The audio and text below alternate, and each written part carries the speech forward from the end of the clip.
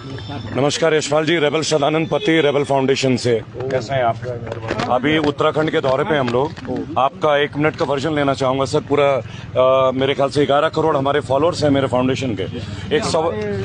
जय हिंद जय भारत। रेबल सदानंद पति यशपाल आर्य जी के साथ इस वक्त नैनीताल में वर्तमान में यहाँ के चुने हुए प्रतिनिधि। सर मेरा एक सवाल है आपसे। जी, मैं एक सवाल आपसे पूछना चाहूंगा सर, और करोड़ों भारतीयों के सवाल है। मैं लोगों के बीच ही होता हूं सर। आज 16 तारीख को मैं यूएस कांग्रेस में जो बिडेन जी के साथ आपसे एक प्रश्न पूछना चाहूंगा सर। हर भारतीय का प्रश्न है सर। हम लोग मास्क पहनते हैं, मास्क के लिए इतनी सारी चीजें। कृषि बिल का भी आप लोग शायद समर्थन करते होंगे सर, आप लोग, है ना सर?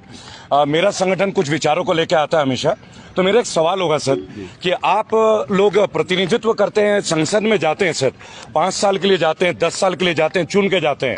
आप लोग के लिए जीवन भर के लिए पेंशन का होता है, लेकिन ये जो मेरे पीछे स्थानीय प्राधिकारी हैं जो कि सरकार के चुने हुए हैं सर, इनकी पेंशन क्यों नहीं होती? इनके लिए कोई आवाजें क्यों नहीं उठती?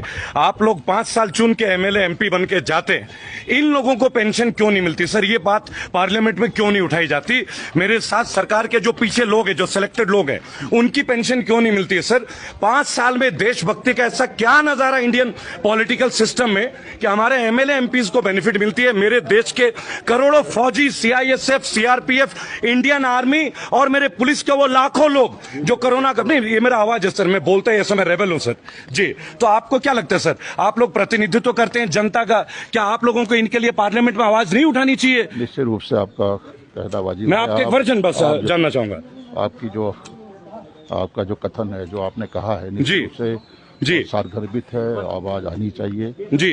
क्योंकि देखिए सर, कोरोना के विस्मय परिस्थिति में हमारे जो मौलिक अधिकार हैं जी, उसके अंतर्गत जो भी व्यवस्थाएं हैं, थोड़ा सा और जोर से बोलेंगे सर। जो भी हमारे मौलिक अधिकार हैं उनके अंतर्गत जो भी व्यवस्थाएं हैं जी, उनका अनुपालन सुनिश्चित होना चाहिए जी।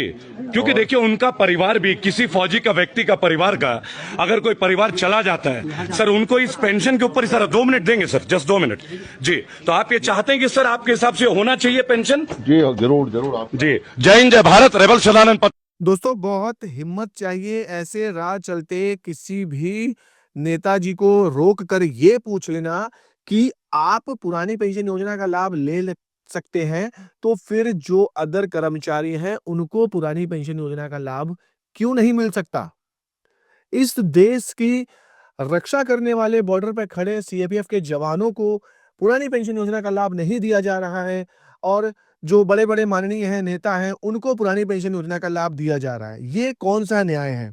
इस देश का निर्माता शिक्षक, जिसको इस देश का निर्माता कहा जाता है, उसको भी पुरानी पेंशन योजना का लाभ नहीं मिल रहा है। और मेन मुद्दा पुरानी पेंशन का एक वर्ग को नहीं है, मेन मुद्दा है कि जितने भी कर्मचारी पुरानी पेंशन योजना के अंतर्गत आते थे, उन सभी को पुरानी पेंशन योजना का लाभ मिले। अदरवाइज एक स्कीम लागू हो जानी चाहिए जो सभी पर लागू हो। आई मीन टू से कि अगर यूपीएस पेंशन स्कीम लाई गई कर्मचारियों के लिए, तो इसको फिर सबके लिए रखना चाहिए था। ये नहीं रखना चाहिए था कि आधे लोग ओपीएस ले लेंगे, आधे लोग यूपीएस लें, आधे लोग एनपीएस लें। अब देखा जाए तो इस देश में 3 पेंशन व्यवस्था चल रही हैं। कुछ कर्मचारी एनपीएस में आते हैं, कुछ कर्मचारी यूपीएस में आते हैं, और कुछ जो लोग ओपीएस ले रहे हैं वो ओपीएस में आते हैं। तो ऐसा किस प्रकार से ये जो व्यवस्था बनाई गई, ये समझ में दोस्तों नहीं आ रहा है। फिलहाल यूपीएस की बात करें तो यूपीएस में जो डेडलाइन थी उसको अडॉप्ट करने की, वो 30 नवंबर थी। 30 नवंबर जा चुका है। अब सरकार ने किसी भी प्रकार से यूपीएस में कोई अपडेशन नहीं दिया है। अपडेशन इन द सेंस कि कोई भी डेट बढ़ाई नहीं है। अब मानना यही है कि अब जो सरकार ने 30 नवंबर दिया था, इसी को अंतिम डेट मानकर जिन-जिन कर्मचारियों ने यूपीएस पेंशन स्कीम को चुन लिया है, वो कर्मचारी अब यूपीएस में रहेंगे, और जिन कर्मचारियों ने एनपीएस को चुना है, वो कर्मचारी अब एनपीएस में रहेंगे, अब वो स्विच नहीं कर सकते हैं। तो देखा जाए तो सरकार भी अब कैसा नया आगे चल के कुछ लेकर आएगी? क्या यूपीएस में अब आगे चल के कोई फिर से संशोधन होगा? जैसा कि शिव गोपाल मिश्रा जी कई बार आपने सुना होगा बोलते हुए कि ये जो यूपीएस है इसको हम पूरा हूबहू ओपीएस की तरह बना देंगे। बट लगता नहीं है दोस्तों कि हूबहू ओपीएस बन पाएगी, क्योंकि ओपीएस में सबसे ज़्यादा जो सुविधा थी वो तो ये थी कि कर्मचारी को किसी भी प्रकार का योगदान करना ही नहीं पड़ता है। बट यूपीएस और एनपीएस में तो करना पड़ता है। तो आप कितना भी यूपीएस को ओपीएस बना लें, बट जो ओपीएस है उसकी बराबरी यूपीएस नहीं ले सकती है।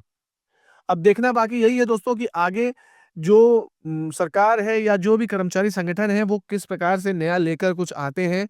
नया साल 2026 आने वाला है और क्या-क्या एक्शन प्लान तैयार किए गए हैं कर्मचारी संगठन के द्वारा, ये आप तक पहुँचाने का पूरा प्रयास करूँगा।